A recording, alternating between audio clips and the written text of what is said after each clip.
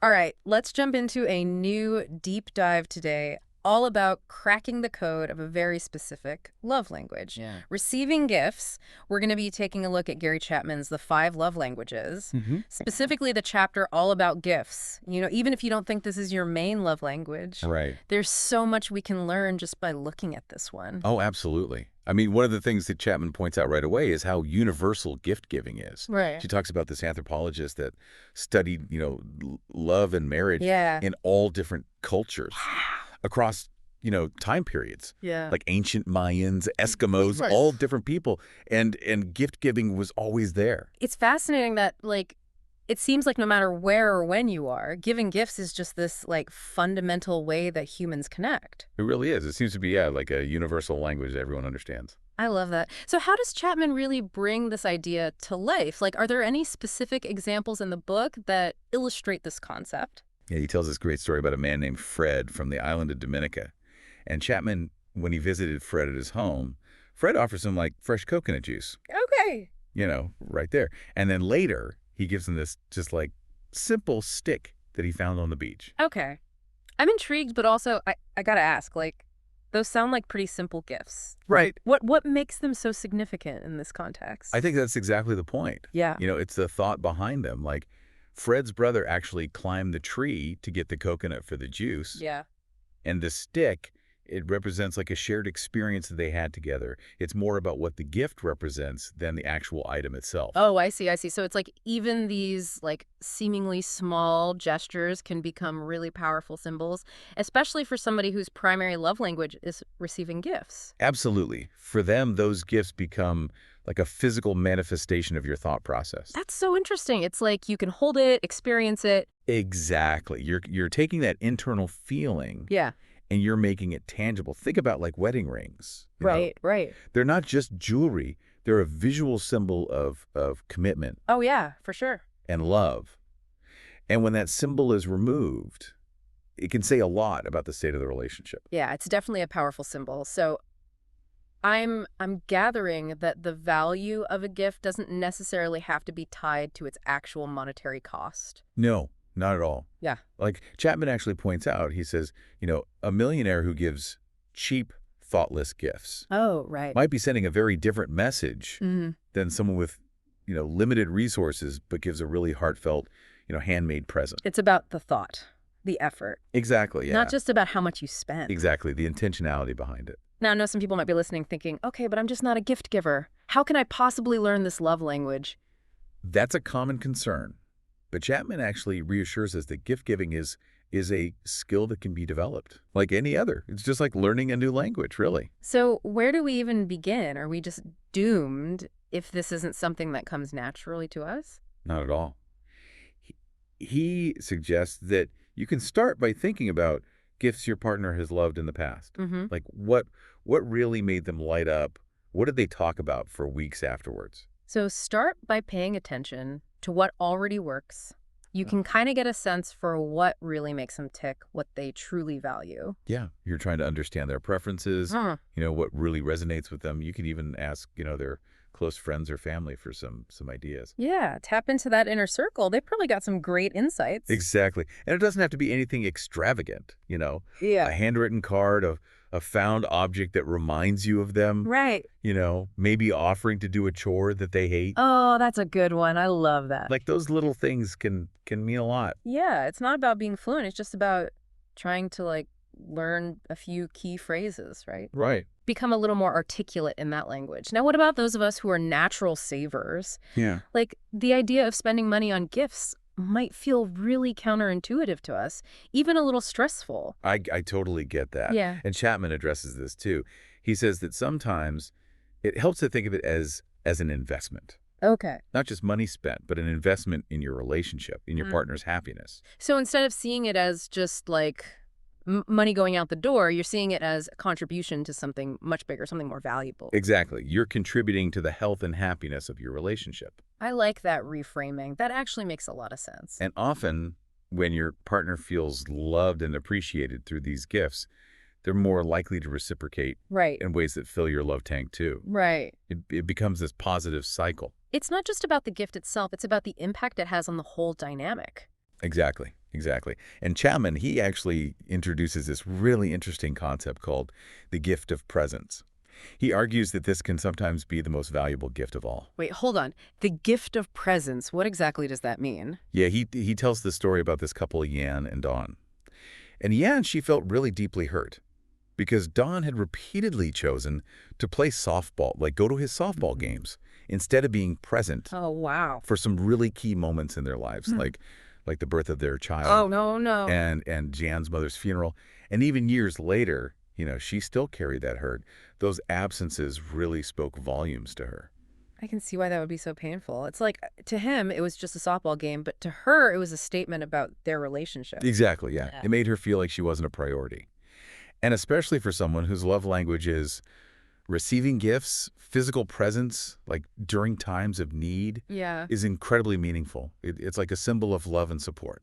So even if you're like showering them with physical gifts, if you're not there for those big moments, it might not really register as love to them. That's right. You have to understand what truly speaks to their heart. So we've got tangible gifts, we've got this idea of presence as a gift. Now, Chapman also tells a story in this chapter about a couple, Jim and Janice, and they were a couple whose marriage was really on the verge of collapse. Oh, yeah. Their story is so powerful. It really shows how understanding and speaking your partner's love language can be totally transformative. Okay, so what was going on with them? Like, what was at the root of their issues? Well, Janice felt really neglected. Okay. While Jim was totally confused, he thought he was providing everything she needed. It sounds like a classic case of miscommunication. It was. They were speaking different love languages. Ah, okay. Jim, he expressed love by providing a house, a car, financial security. They're the things you're, like, quote unquote, supposed to do. Right, exactly. But those actions just weren't speaking to Janice's heart. Oh. It wasn't until they went to one of Chapman's seminars that Jim learned about this whole concept of receiving gifts, Okay. and things started to change. So how did Jim start speaking Janice's language? Well, he started bringing her these small daily gifts, Okay. like a rose or pizza for dinner, Oh, nice. Cracker Jacks for the kids, a potted plant, a card. And these little gestures were huge for Janice. Wow. So he went from like these grand gestures that miss the mark Right. to these like small everyday tokens of affection. Exactly. It was all about consistency and speaking her language Wow. in a way that she could understand. And it revitalized their whole marriage. Their kids even started calling them lovebirds. That's amazing. What a turnaround. Yeah. So even if someone isn't a natural gift giver, they can learn to speak this language and actually transform their relationship. Yeah, it's about being willing to step outside of your comfort zone Right. and learn this new way of expressing love. This is already so insightful, and we haven't even gotten to Chapman's specific gift ideas. I know. There's so much more to explore. He's got some really creative ones. All right, well, let's take a quick break, and then we'll come back and unpack all those creative ideas. All right, we're back, and I'm ready to hear about these creative gift ideas that Chapman has in his book. What does he suggest? Okay, so he starts with a fun one. A parade of gifts. Imagine, like, surprising your partner with multiple little gifts throughout the day. Okay. Each one a small token of your affection. Oh, that's so cute. It's like creating a little scavenger hunt of love. I could also see how for some people that might be like a little overwhelming. Totally. I doubt. All about knowing your partner. Right. Right. Like maybe for some, it's the one special gift that day. Right, right. And for others, it's that, constant Right. parade of little things. So how do you strike that balance between like being expressive and also like respecting people's boundaries? I think that's where, knowing your partner comes in. But he also suggests like letting nature be your guide. So, next time you're out and about and you see, I don't know, like a beautiful stone No. or a unique leaf or a feather, Right. something like that. And it reminds you of your partner. I love that. It's like taking that moment to notice the beauty Yeah. and connect it to your love for them. It's like it's taking the everyday and making it special. Kind of like, we were talking about Fred's ocean-worn stick. Exactly. It's like it becomes the symbol of their relationship Right. in a way. Yeah, it's about finding those little reminders of your connection in unexpected places. So what about those of us who, like, we're not exactly, like, the crafty type? Like, I am not a master gift maker by any means. Does Chapman have any advice for those of us who aren't naturally, like, inclined to, like, DIY. Oh, he totally does. Yeah. He actually talks a lot about thoughtfulness over extravagance. Mm-hmm. It's not about being like a master artisan or anything, but just the effort you put in. Like a simple handwritten card Oh, yeah. expressing your feelings can be so meaningful. Right. It's coming from the heart Yeah. more than like the actual, skill level. It's not about being the next Michelangelo. It's Exactly. about the heart. Exactly. Yeah. He even suggests keeping like a gift idea notebook Oh, okay. where you jot down like throughout the year things that your partner mentions wanting or needing. That's such a good idea. I need to do that. Because then it takes the pressure off of like trying to remember everything. Right. And then you always have like a running list. So smart. Exactly. And then you can, really be sure you're getting them something they actually want and need. So what if you're with somebody though and they're just like really hard to shop for? Yeah. Like they just never seem to want anything. He addresses that too. He says sometimes the most valuable gift you can give is the gift of an experience. Ooh, okay, I like that. So like, concert tickets. Yeah. Or a weekend getaway, Right, right. Something you do together Exactly. instead of like a material item. Right. It could be, like trying a new restaurant or taking a cooking class together. Right. Really, anything that creates a shared experience. Earlier we were talking about the gift of presence and, how that can be really important for people whose love language is receiving gifts. Mm-hmm. But it's kind of abstract, right? Like, how do you actually, like, give the gift of presence? It seems a little more complicated than, like, buying a bouquet of flowers or something. Yeah. No, it's a good question. He suggests maybe offering your partner the gift of your undivided attention Okay. at an event of their choosing. Oh, I see. So maybe it's a sporting event or a play or a museum exhibit. Right. Something they're really passionate about, Oh, so, even if it's not something you'd normally choose to do. so it's like you're saying, your interests are important to me, Right. and I want to be fully present with you. Exactly. Putting aside your own preferences Mm-hmm. and really showing a genuine interest in what makes them happy. I love that. He also suggests, giving your partner a book that you both agree to read Okay. and then discussing it together. Oh, that's a good one. Like a shared intellectual experience. Yeah, exactly. And if you're looking for something with a bit more, impact, he suggests like making a donation Okay. to your partner's favorite charity in their name. That's such a good idea because then it's like it's a gift that keeps on giving. Right. It honors them and their value. It's so thoughtful. And he closes out the chapter with this really powerful message that I think speaks to the heart of this whole love language. Okay, what's that? He emphasizes that gift giving isn't about finding like the perfect present. Mm-hmm. It's really about the love, Okay. the thoughtfulness, Yeah. and the effort that you put into expressing your care for another person. So it's not about like checking off a box. Right, exactly. It's about like really speaking the language Yeah. in a way that your partner understands. Exactly. And sometimes the simplest gestures, offered with genuine love and intention, can be the most powerful. This has been such an enlightening conversation. We've gone from like these, universal like anthropological roots of gift giving Right. all the way to these incredibly personalized ways to express love Yeah. through gifts. It's really fascinating. Yeah, it really shows how much we can learn about, relationships and human connection just by exploring these love languages. As we're talking, I'm already brainstorming like how I can incorporate some of these ideas into my own relationships. Me too. It's such a good reminder that like even, small, seemingly insignificant actions can have a really big impact. Absolutely. When they're given with love. This feels like a great place to maybe like wrap up our exploration of this love language, the language of receiving gifts. Oh. Any final thoughts for our listeners as they process all of this insightful information? I was just thinking about something you mentioned earlier.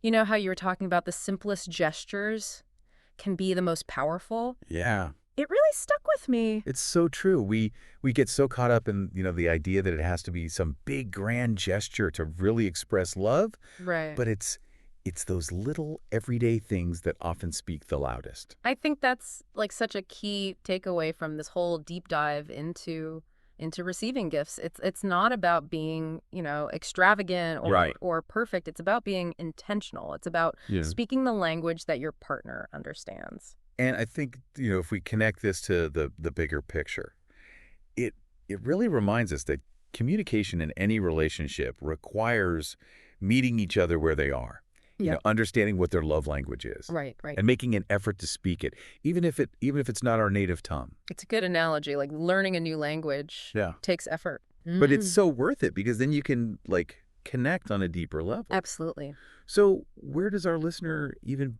begin? Yeah. Like, if they're realizing that, okay, receiving gifts is important to someone they love. Yeah. Well, I mean, they've already taken the first step, Oh, right? They're tuning in, they're learning about it. yeah, that's true. Awareness is huge. It's a huge first step.